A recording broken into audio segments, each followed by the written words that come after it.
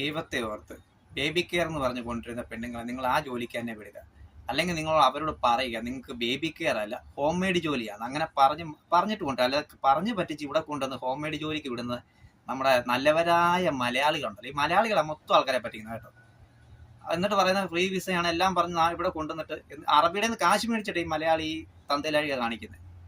അറബിയുടെ നിന്ന് കാശ് മേടിച്ചിട്ട് അവിടുന്ന് ഒരു പെണ്ണിനെ ഹോം മെയ്ഡിന് പകരം ബേബി കെയർ ആണെന്ന് പറഞ്ഞ് കൊണ്ടുവന്നിട്ട് ഇവിടെ കൊണ്ടുവന്ന് അറബി വീട്ടിൽ കൊണ്ടു കൊടുക്കും. അതെന്തോ ജോലി എന്താ? ബേബി കെയർ അല്ല, ഹോം മെയ്ഡ്. എന്നിട്ട് അവരവിടെ കിടന്ന് അനുഭവിച്ചോട്ടെന്ന്.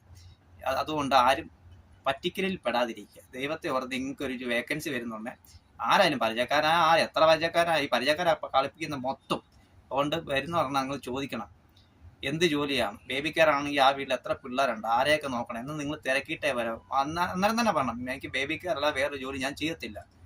അല്ലാതെ ഇവിടെ വന്നു കഴിഞ്ഞ് ബേബി കെയർ ആണെന്ന് പറഞ്ഞു വരും. അവസാനം ഇവിടെ വന്ന് ഹോം മെയ്ഡിന്റെ ജോലി ചെയ്യേണ്ടി വരും. അതുകൊണ്ട് നിങ്ങൾ ശ്രദ്ധിക്കുക, പെടാതിരിക്കുക. പറ്റിക്കാൻ നടക്കുന്നത് പറ്റിച്ചുകൊണ്ടേ ഇരിക്കുക. ആ പറ്റിക്കൽ നമ്മൾ പെടാതിരിക്കുക. വന്നു കഴിഞ്ഞാൽ പെട്ടുപോകും. പിന്നെ ഇവിടുന്ന് ഒരു തിരിച്ചു നോക്കി അടുത്ത കാലത്ത് അങ്ങ് കാണത്തില്ല. 2 വർഷത്തേക്ക് എഗ്രിമെന്റ് ഒക്കെ ആയി. അല്ലെങ്കിൽ പിന്നെ അതുപോലെ പ്രശ്നം ഉണ്ടാക്കണം, പ്രഷർ കൊടുത്ത് ഇവിടുന്ന് എങ്ങനെയെങ്കിലും കയറിപ്പോണം. അതുകൊണ്ട് നിങ്ങൾ ശ്രദ്ധിക്കുക. ഈ പറ്റിക്കാൻ നടക്കുന്നവന്മാർ ഇങ്ങനെ പറ്റിച്ചുകൊണ്ടിരിക്കും. തിരിച്ച് അമ്മാടി എങ്ങനെയും കയറ്റിവിടാൻ പറഞ്ഞ അമ്മാർ പറയും ഒത്തിരി കാശ് ചിലവായതാ, കയറ്റിവിടാൻ പറ്റത്തില്ല, അത്രയും പൈസ അല്ലെങ്കിൽ ഞങ്ങൾക്ക് തിരിച്ചു തരണം.